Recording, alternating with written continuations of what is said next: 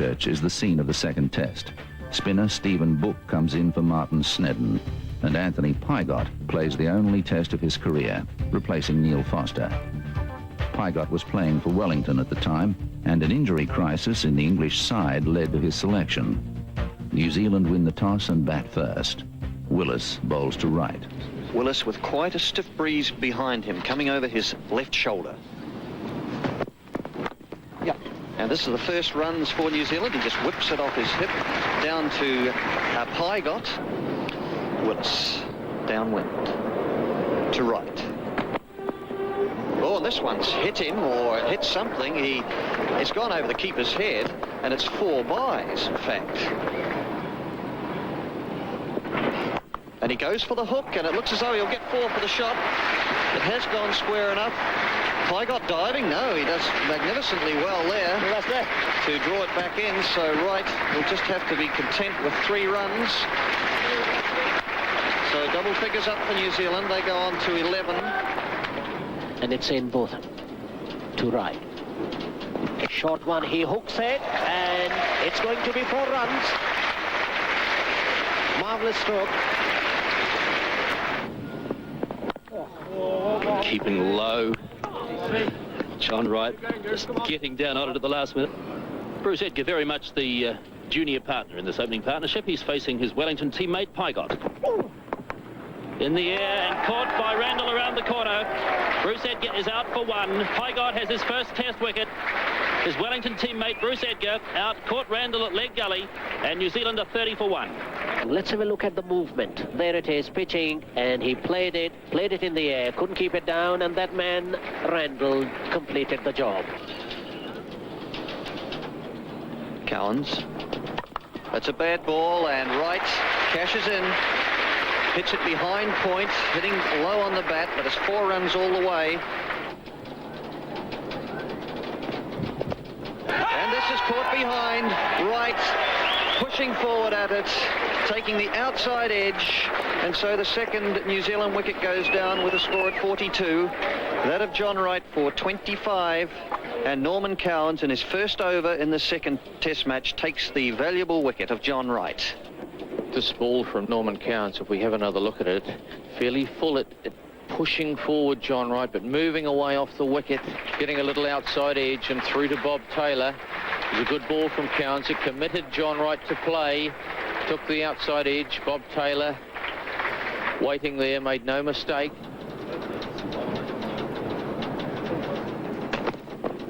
That's over the top of the slips. That'll do. Thank you very much. Howarth, I'll give you credit for that one. He got it short, it was wide, and he just flipped it. Sure, it took a top edge, but he knows there's nobody down there, and you want all you can get.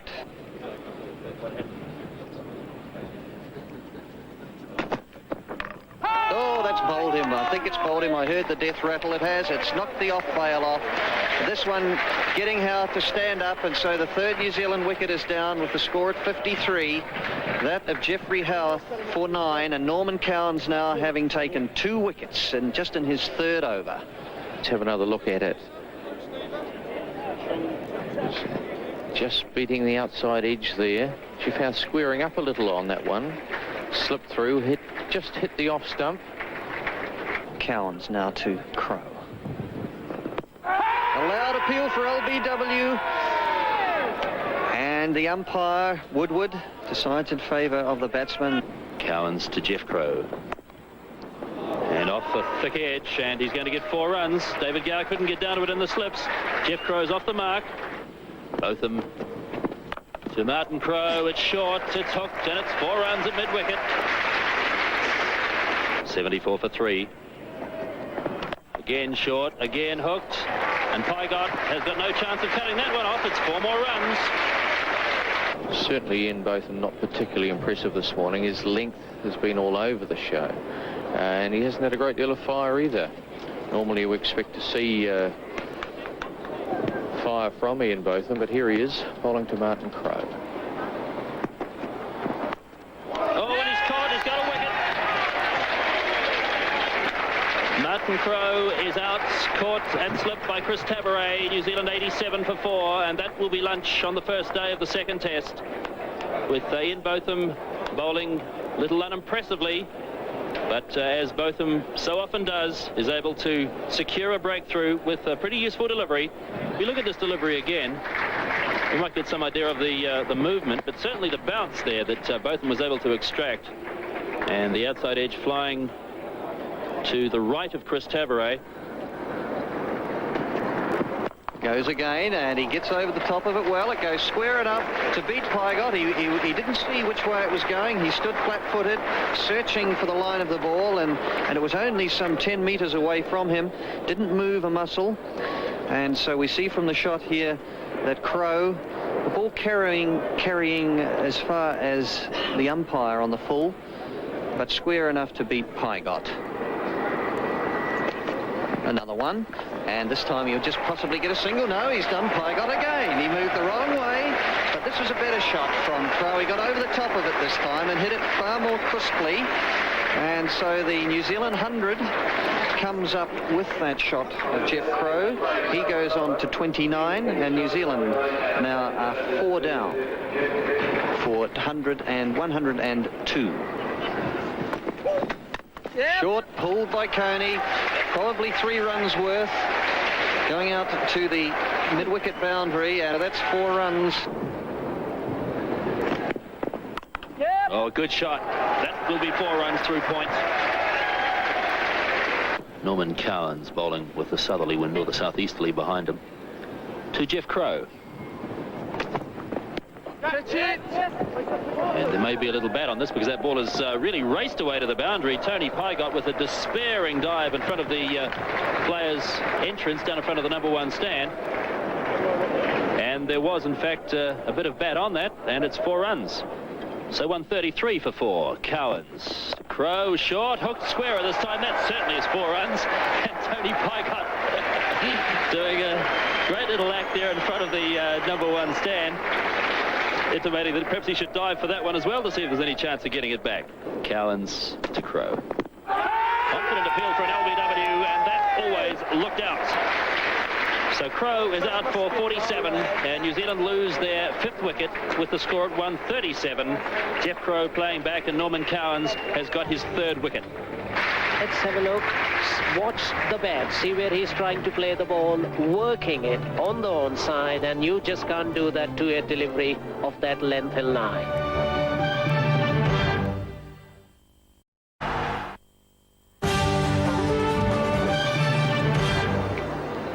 Pygott to Hadley.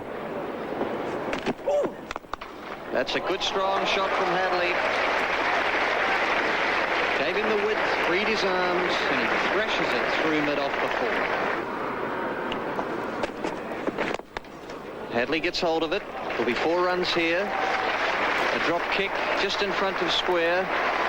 The one that almost pins the short forward leg, but went past his right shoulder. Bouncer, and he hooks this one away over mid-wicket. 1 bounce for 4. A very friendly bouncer from Botham. And Hadley puts it away and races to 18, and New Zealand now up to 156. It's in the air, but it's safe. It's 4 more runs to Hadley, wide of Pygott at extra cover. Just flicks this one through mid-wicket, and that's 4 more. Effortlessly on this occasion. Yep. This time Coney hooks, and Tony Pygott a bit slow off the mark again, but he really had no show anyway. 4 runs to Jeremy Coney with a good shot. Coney to 26, and New Zealand to 174 for 5. Getting to Coney. Yep. Nicely played by Jeremy Coney. 4 runs.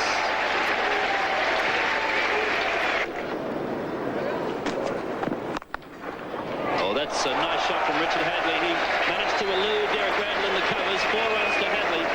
He moves to 42, and that's the New Zealand 200. New Zealand at 203 for 5.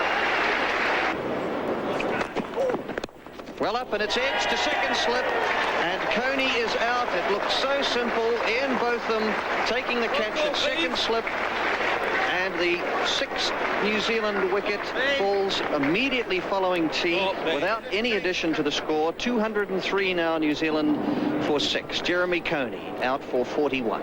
Yes, good delivery by Pygott. well up to him and just straightening a bit, getting the outside edge and straight to that man in both. Willis. And he hates to cut, of course. They don't have a third man, which is just not the sort of field that you could afford to bowl to Ian Smith without a man down there. Hadley on 47.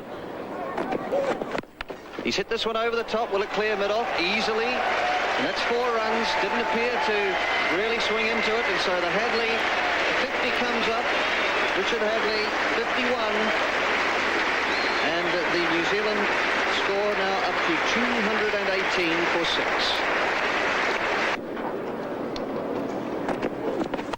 A wide one. He gets hold of it reasonably well. It may not go for 4. Getting after it, but he can't pull it in. Short one, Hadley pulling. It's in front of square. Going out to the number 3 stand for 4 runs. Yep. That's a good shot, Smith. That's 4 runs. That's better with a full face of the bat. He's flicked this one over the top, though. That's 4 runs to Hadley. Pygott trying to tighten his line up to Hadley, but drifting down the leg side. He clips it just in front of square. And so he goes on to 70. And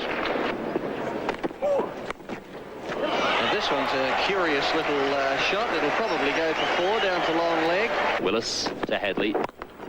Again, the drop kick, just picking it up off his toes, hitting it over mid-wicket. Big chase for Graham Fowler. He'll bring it in front of the mid-wicket boundary. In the meantime, they'll complete 3 runs. Richard Hadley is 79. New Zealand to 258 for 6. Bob Willis will continue bowling from the southern end. Willis will move into his 17th over to Richard Hadley, who's on 80. Again, the drop kick, and again, exquisitely placed over Graham Fowler's head at mid-wicket. But Fowler turns and chases well, and they're going to come back for 3. Bold shot by Richard Hadley, and he found the gap, which wasn't very wide, between long off and a deepish extra cover. And Richard Hadley has powered his way to 88. New Zealand at 270 for 6. So Hadley 12 runs short of what would be his 2nd Test century, facing Tony Pygott. And again, he's hit it in the air, and he's again found a gap, which wasn't very wide. This time down behind square on the leg side. And Richard Hadley moves into the 90s, and I suspect for him they're not too nervous 90s today. He's 92, and New Zealand is 274. Oh, a glorious shot from Richard Hadley. 1 bounce for 4. Oh, that indeed was a stroke of thrilling proportions.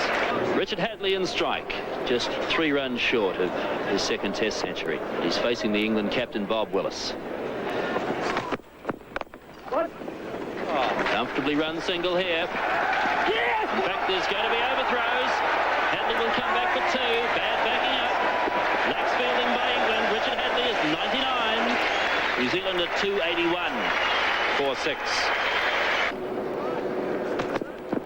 An appeal for a catch behind, and Richard Hadley is out.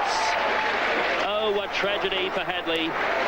But nevertheless, what a fabulous innings it's been from this great all-rounder today. Richard should never, ever be dissatisfied going up for 99. Sure enough, 100 is nice, but Richard batted the way I admire guys that can bat like that, because he gives the bowlers a huge chance. He gives himself, I would say, a lot of arm room. He doesn't really stay in front of the wickets, and the shots he played were just magnificent. And for him to get through to 99, you've seen a great innings. And whenever Richard batted, I always made sure I was out there watching, because he was great to watch. Richard Hadley being dismissed for 99, some would say that he had no right to get to 99, but I'd argue that, because while a lot of people see him just solely as a fast bowler, he's one of the greatest all-rounders the game's ever seen. And when you put him with Kapil Dev and Botham, I think, and Imran Khan, they're probably the 4 best all-rounders of all time. So if he hadn't have been the bowler that he was, he could have almost played cricket, Test cricket as a batsman. Richard Hadley out for 99, and New Zealand 281 for the loss of 7, and the new batsman is Lance Cairns. Here's Botham to Smith. Short. Good shot by Ian Smith. Bad ball from both and far too short. 4 more runs. Smith is 23 and New Zealand are 291 for 7. And Cairns is out. He becomes the 3rd victim since tea. Catch by Bob Taylor. Well taken by the wicket-keeper. First slip moved out of the way. And Bob Willis has got another wicket. Lance Cairns is out for 2. New Zealand 291 for 8. And that's caught behind. Just playing away from himself, Stephen Bock. And he's dismissed with his total on 5. And New Zealand now 301 for 9. And that's a bottom edge. It's gone fine enough to be 4 runs. The 3rd man's too wide, Alan Lamb. And a toe of the bat from Smith takes him to his highest test score now, which previously was 29. He goes to 32. Loud appeal, and Charlie Chatfield is on his way. Willis taking the final wickets. And so New Zealand are all out for 307. Chatfield not able to get off the mark, and Smith left there on 32. Late on day 1, New Zealand are dismissed for 307. Hadley top scored with 99. Willis and Cowans bowled well, with Botham and Pygott lending handy support. England must see out 5 overs before stumps.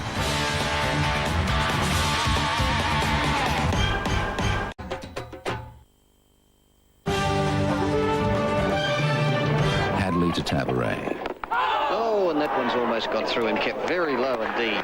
Taveray standing a little bit too tall and rather fortunate to survive that. So at the end of the 3rd over, England are 5 without loss. Oh, and that's a pearler. This one much closer in and looked as though it was the other one, and yet it seemed to move away off the pitch. Magnificent delivery. Really got him playing, curved into him, straightened, missing the long. And there's a loud applause holding him. It's gone through him, I think. He's standing there. He's waiting to be given out. In fact, he is. I don't think he could believe that it hit the stumps. He must have felt that it rebounded off the pads of the keeper. He certainly couldn't believe it and waited for the decision to be made.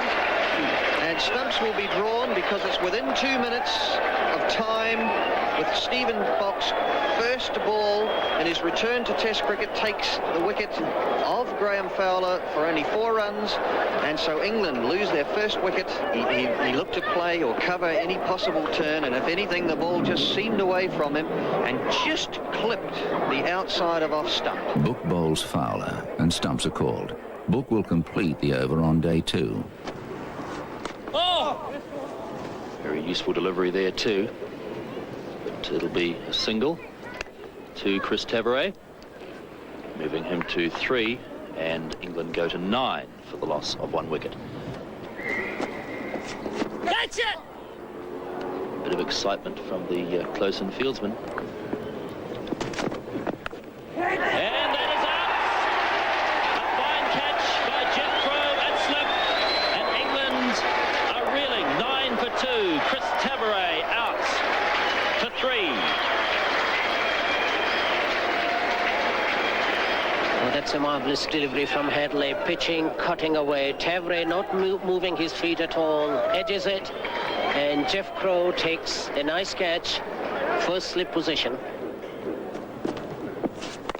Short, and that one is punished by David Gower, but the outfield is pretty slow. Bruce Edgar moving quickly, and he restricts the scoring to just 1 run. Some sharp fielding by Bruce Edgar. David Gower is 2, and England at last have got to double figures. They're 10 for the loss of 2.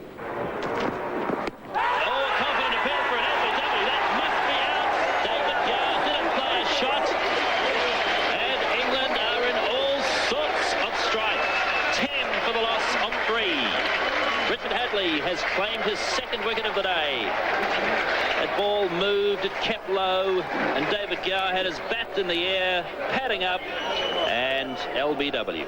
Let's have a look. He didn't play a stroke at that. Have a look at the movement of the ball, pitching, cutting back a bit, and that's out everywhere. Hadley to Randall.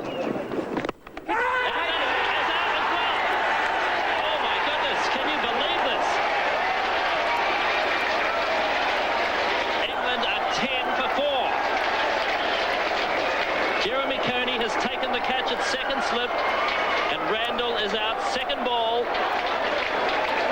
Richard Hadley's got 3 wickets. Well, watch the outswinger from the champion medium fast bowler Hadley. Well up to the batsman, turning away. Randall coming forward, outside edge, and Jeremy Coney was there, second slip, waiting for it. And New Zealand now absolutely on top.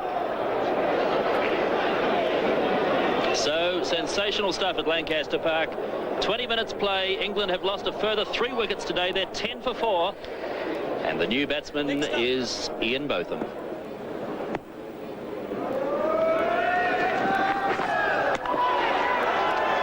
Ian Botham has indicated already, perhaps, that if the ball is there to be hit, he's going to hit it. Richard Hadley with 3 for 2 to Botham. And Botham's got his first runs. Ball running pretty slowly across the lush Lancaster Park outfield. Bruce Edgar coming around from cover. And England moved to 12. Oh, and that was short. It's hit high in the air, but it's over. Bruce Edgar at cover, racing out towards the boundary, but it really stopped and pulled up on the slow outfield, and they're going to come back for a couple of runs. So Botham goes to 4, and England go to 14 for 4. Hadley to Botham. 1. They're going to run a comfortable single. Botham is 5. England are 15 for 4. Lamb facing Hadley. Good shot. All the way along the ground. Wide of Bock in the gully. But pulling up on the slow outfield. And they're going to come back for 3. So Lamb off the mark. He is 3, and England are 18 for 4. So that brings Alan Lamb down on strike. And he's going down the wicket to Bock. And that's 4 runs as John Wright makes a despairing dive at mid-off. First boundary. And Lamb driving on the onside, and that's through Richard Hadley. Despairing dive again. And that's 4 more, and England are now 28 for the loss of 4. And this one's in the air. It just goes wide of Gully. Wide of Gully's left hand. It's going down to third man. It won't reach the fence. They'll be looking for 3, and Lamb's coming back very quickly as Jeff Crow returns. And so that's 3 more to Botham. He goes on to 18, and the total now up to 40. Cairns to Botham. He set that in the air to Charlie Chatfield, and he's caught it. Chatfield catches Botham. It only just carried to him. It drifted down the leg side from the bowling of Cairns. And so Botham is out for 18. England 41 for 5.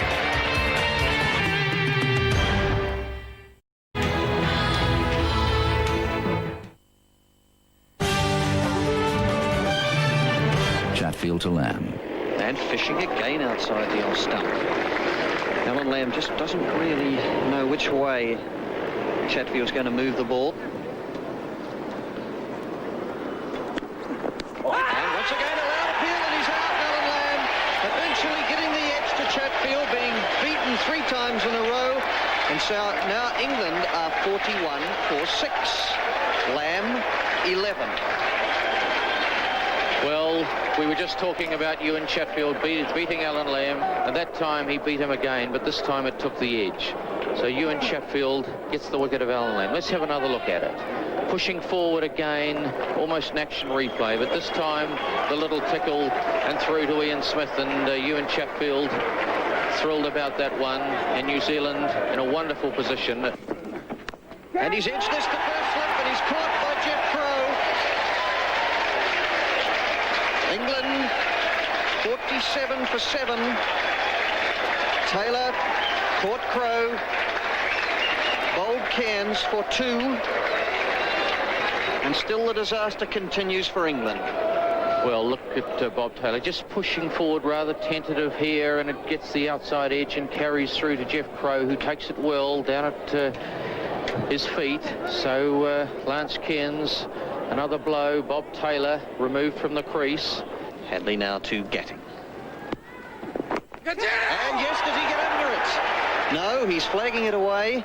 It sounded as though he got a little bit of bat on it, and a very good attempt at a catch by Martin Crowe in close, but the ball not quite carrying to him. He is certainly a little edge on that and just billowing away from his thigh pad, but as you see, it just hit the ground. Hadley. And keeping this one out. That is the last ball of the second day's play in this second test match between New Zealand and England. And in reply to New Zealand's 307, we have the remarkable state of affairs with England 53 for 7. 3. We rejoin play on day 3 with Cairns' ball into Pygott. Oh, and that wraps him on the pad, and he's out OBW. Slower delivery from Lance Cairns, and Pygott is out for 4, and that's the 8th English wicket to fall, and the score's 58. Tony Pygott seemed to be deceived by the pace of this delivery from Lance Cairns. It was his slower ball, his leg spinner in fact, and it hovered in the air. And Tony Pygott seemed to be waiting for it to arrive. It never quite arrived, and when it did, he misjudged it completely. He was struck on the pad in front of his wickets, and umpire Fred Goodall judged him LBW. So Willis on strike to Hadley. And that goes straight across the face of Willis's bat. Good ball from Chatfield. There's one that moved off the seam. Chatfield to Willis now. Oh, that's knocked the middle stump out. Let's have a look at this delivery from Chatfield. In line with the stumps, Bob Willis playing inside the line of the ball and losing his middle stump. 72 for 9, Chatfield to Cowans. Oh, and that was a chance, which has gone through the slip and gully cordon and down to the fence for 4. Chatfield. Oh, that's right over the top. They're asking for caught behind. Did he get an inside edge on it? But certainly it went very close to the stumps, right over the top. A good delivery from Ewan Chatfield. He's edged this down to third man. That'll be 4 runs because it went in the air far enough to be able to kick on even on the slow outfield. And so England, they go on to 82 and getting on to 19. And he's edged it, and he's caught by Coney at second slip, just moving away nicely to his right. That's a good cop by Coney. And so England are all out for 82. Norman Cowans, the last man to go, caught Coney, bowled Chatfield 4. Let's have another look at it. Just on that niggling length again by Ewan Chatfield, and sparring at it to Norman Cowans, and it went low and fast to Coney's right, and he dived across and took it, and he's excited about that one, as well he might be. This gives New Zealand the opportunity to enforce the follow-on. England are dismissed for 82, a deficit of 225. After Book captured the initial breakthrough, Hadley, Cairns and Chatfield take 3 wickets each. Coney has no hesitation in enforcing the follow-on.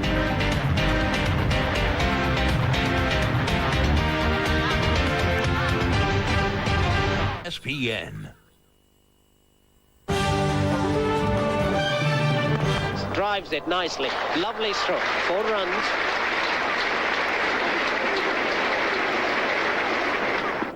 Hadley to Tabaret. And that's an appeal for a catch behind, and Tabaret is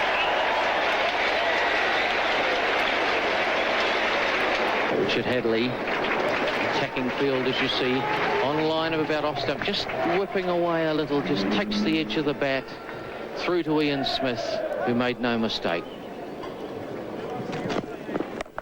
Short and hooked by David Gow. Fine shot. Gave himself so much time to play it. He's got 4 runs at backward square leg. David Gow is off the mark, and England moved to 19 for 1. Hadley to Gow. And he's out. He's caught. At fourth slip by Lance Cairns. What a breakthrough for New Zealand.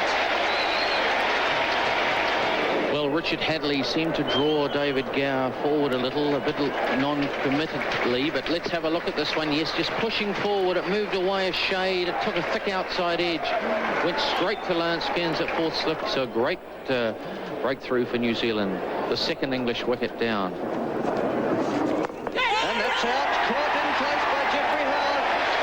It bounced on Fowler and put into the hands of Jeffrey Howard at silly point. And so the third England wicket is down with 25 on the board. Fowler having batted for 61 deliveries for his 10 runs. Bowling over the wicket. Nicely flighted delivery. Spinning in a bit, stopping, and that's the result. Stretching forward.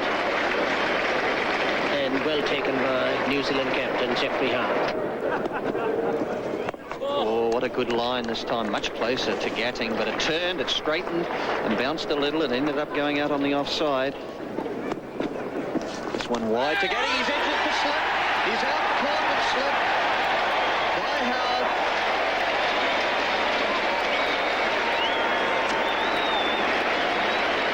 Caught at slip. Michael Gatting. And so he is removed from the crease for a duck. That's good bowling by Bock. Watch the flight. Encourages Gatting to drive. The ball is in there. Outside edge. Bottom, and he could be out. He is caught in close. A fine catch here. A magnificent anticipation by Crowe. Both them goes very first ball. England 31 for 5. Watch the flight. Beautifully flighted. Perfect length. Botham wants to hit it on the onside against the spin. An absolutely brilliant catch by Martin Crowe. So hat-trick ball for Bock.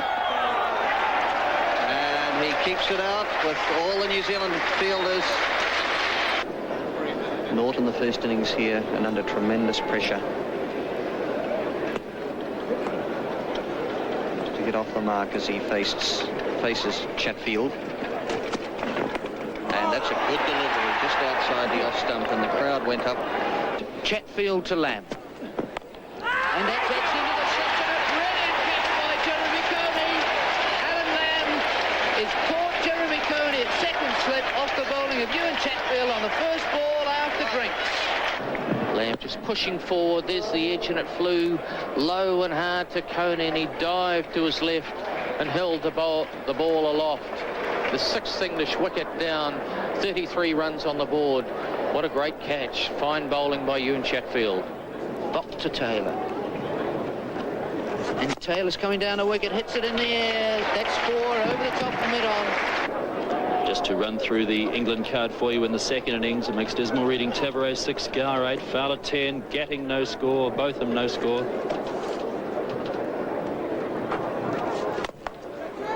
And again a bold shot from Bob Taylor. Down through mid-on, that's 4 runs. Taylor to 9, that's the England 50, up there 53. Oh, and that one spun sharply. It fell just short of Jeremy Coney at second slip. And the first ball after tea is hit by Derek Randall, away down through third man, and it's 4 runs. So Randall moves to 20. England are 69. And this is a half volley. And there could be a run out here. In fact, he is run out.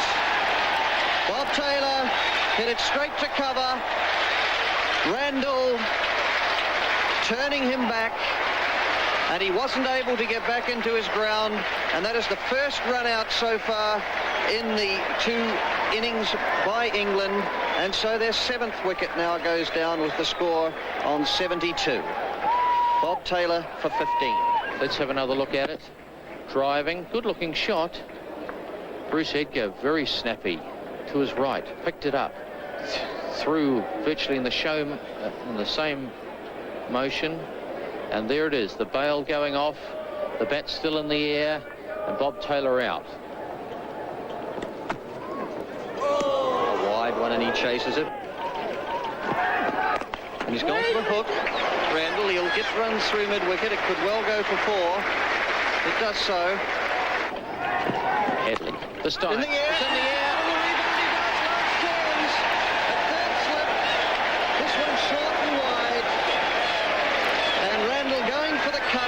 To top edge, Cairns parries it up in the air and is able to catch it on the rebound, and so Randall is out for 25, and the 8th England wicket is down for 76.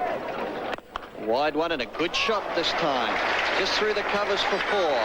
No need to run for that. And so Pygott gets off the mark with that very, very good cover drive. And Willis edges, and it goes into the first gully position. Howarth taking the catch. And so Willis is out, and Hadley takes his 4th wicket. Willis not opening his account. And England now 80 for 9. Bob Willis thrusting forward at this one, the face of the bat very open, sliding off it into the gully, going low and hard to Jeff Howarth, but he took it comfortably with 2 hands. Hadley to Cowens. And he's flicked it away over mid-wickets. 3 or 4 runs in the shot. It goes for 4. Chatfield gives it up.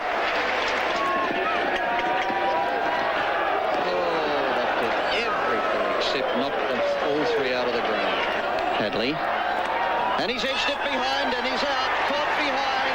Hadley takes 5. New Zealand win this test match by an innings and 132 runs. Cowens being dismissed for 7, and the Englishman for 82 in the first innings and 93 here this afternoon at Lancaster Park. In exactly 12 hours play. That's all it took for this test match to reach a conclusion.